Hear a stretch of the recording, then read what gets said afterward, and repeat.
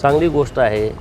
देवाचे आभार मानले पाहिजेत की ज्यांना कधी आंदोलनाची सवयच नव्हती, ज्यांना फक्त लुटायचं खळं माहीत होतं। शेतकऱ्यांचं खळं महाराष्ट्रामध्ये सगळ्यात लुटलं कोणी तर रोहित आणि रोहितच्या आजोबांनी। शेतकऱ्यांना गोळ्या घातल्या कोणी? आजोबाच्या सरकारने। रोहित पवारला माझं आव्हान आहे की जोपर्यंत साखर कारखान्याने FRP दिलेली नाही, ती FRP जोपर्यंत शेतकऱ्यांना मिळत नाही तोपर्यंत त्यांना उपोषणाला बसलं पाहिजे, अन्नत्याग केला पाहिजे। सोलापूर SP साहेबांना माझी विनंती आहे, पोलीस प्रोटेक्शन रोहित पवारच्या बाजूला लावा। त्याला एक अन्नाचा घाससुद्धा खाऊ देऊ नका। नुसत्या बातमीपुरतं नाटक करण्यापुरतं रोहित पवाराचं हे आंदोलन आहे ते होता कामा नये। शेतकऱ्याचं काय ह्याला पडलं आहे? कारखाने सगळ्यात जास्त दाबले कुणी? रोहित पवारांनी। कुणाचे कारखाने? शेतकऱ्यांचे। आणि जर खरंच आंदोलन करायचं आहे, जोपर्यंत हे सगळे निर्णय होत नाहीत, जेवढे कारखाने तू डापलेत ते पहिले सभासदाच्या नावावर कर। चांगली गोष्ट आहे। देवाचे आभार मानले पाहिजेत की ज्यांना कधी आंदोलनाची सवयच नव्हती, ज्यांना फक्त लुटायचं खळं माहीत होतं। शेतकऱ्यांचं खळं महाराष्ट्रामध्ये सगळ्यात लुटलं कोणी तर रोहित आणि रोहितच्या आजोबांनी। शेतकऱ्यांना गोळ्या घातल्या कोणी? आजोबाच्या सरकारने। मावळमध्ये जेव्हा लोक पाणी मागायला आली तेव्हा तुम्ही गोळ्या घालता। इथं आपल्या सांगली जिल्ह्यामध्ये नांदऱ्यामध्ये जेव्हा ऊस दराचं आंदोलन झालं, नलावडे, मला वाटतं चंद्रकांत नलावडे शेतकरी, त्याला डायरेक्ट गोळ्या घातल्या।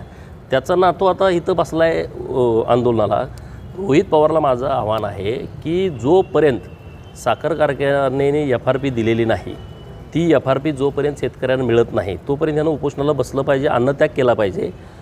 सोलापूर SP साहेबांना माझी विनंती आहे, पोलीस प्रोटेक्शन रोहित पवारच्या बाजूला लावा। त्याला एक अन्नाचा घाससुद्धा खाऊ देऊ नका। नुसत्या बातमीपुरतं नाटक करण्यापुरतं रोहित पवाराचं हे आंदोलन आहे ते होता कामा नये।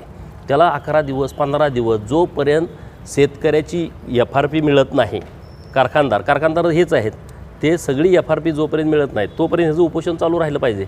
नाहीतर नुसतं नाटक, मीडियामध्ये यायचं, सकाळपासून बसायचं, असलं नाटक असेल तर ते काही योग्य नाही। आणि रोहित पवारला ॲक्टिंग करायचं माहीत आहे, त्याचे ते सल्लागार हुशार आहेत। सकाळी 9ला तू ये आणि मग तू दिवसभर मीडियामध्ये दिसतोय, ह्याचा हा प्रकार आहे। शेतकऱ्याचं काय ह्याला पडलं आहे? कारखाने सगळ्यात जास्त दाबले कुणी? रोहित पवारांनी। कुणाचे कारखाने? शेतकऱ्यांचे। सभासदाच्या फीमधून उभारलेले कारखाने 6 कोटीपासून ह्यांनी ढापलेत। 100-100, 200-200 कोटीचे कारखाने। कशाला रे तुम्ही हे नाटक करताय? हे काय पिक्चरचं शूटिंग चालू आहे? हे काय नटरंग पिक्चरचं शूटिंग आहे? तिथं तू ॲक्टिंग करायला गेला आहेस? आणि मला समाधान हा बसला पाहिजे। तिथं लोक रोज ह्यांच्या विरोधात आंदोलन करत होते, बसू द्या ना याला महिना 2 महिने, काय फरक पडतोय? शेतकऱ्याचं हित, शेतकऱ्यांच्या जीवावरती आम्ही आलो आहे, त्यामुळं आम्ही लोकांची काळजी करतोय। रोहितनं ॲक्टिंग करायची आवश्यकता नाही। आणि जर खरंच आंदोलन करायचं आहे, जोपर्यंत हे सगळे निर्णय होत नाहीत, जेवढे कारखाने तू डापलेत ते पहिले सभासदाच्या नावावर कर। जाऊ दे बाकीचे जे विषय, नंतर जयंत पाटलाजी वगैरे नंतर 2 नंबरला बघू।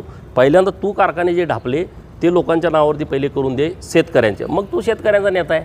नाहीतर पुढारी व्हायला एवढं सोपं नाही। महाराष्ट्र आहे हे, खोटं बोलून काय होणार नाही। आणि शेतकऱ्याला कर्जमाफी आमच्या सरकारनं केली आहे, चिंता करण्याची काय जाऊ? अहो एकदम स्टंटबाजी करणारा हा माणूस आहे, बोगस माणूस आहे। काय याच्याकडे आहे? कोणतर त्याचे 4 सल्लागार, तू असं कर, अरे कसं कर? लोकांना माहीत नाही तू शेतकऱ्याचा कर्दनकाळ हा रोहित पवार आणि त्याचा आजोबाचा आहे, हे लोकांना माहीत नाही। आता तुम्ही तारणहार होणार कसं? कर्दनकाळाचा तारणहार होणं एवढं सोपं नाही। लोकांना सगळं माहीत आहे। पूर्वी ते चालत होतं, गावात एक पेपर यायचा तेव्हा तुमची नौटंकी चालायची। आता मी इथं काय बोलतोय लगेच कळतंय सगळ्याला, तो तिथं काय बोलतोय लगेच सगळ्यांना कळतंय। त्यामुळे काय त्याचा उपयोग नाही। पण जर बसायचं असेल अन्नत्यागला तर ह्याला उपाशी ठेवला पाहिजे।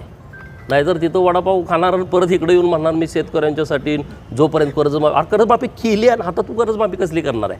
कर्जमाफी झाली, आता ती कार्यान्वित होते आणि परत त्याचा काही उपयोग नाही।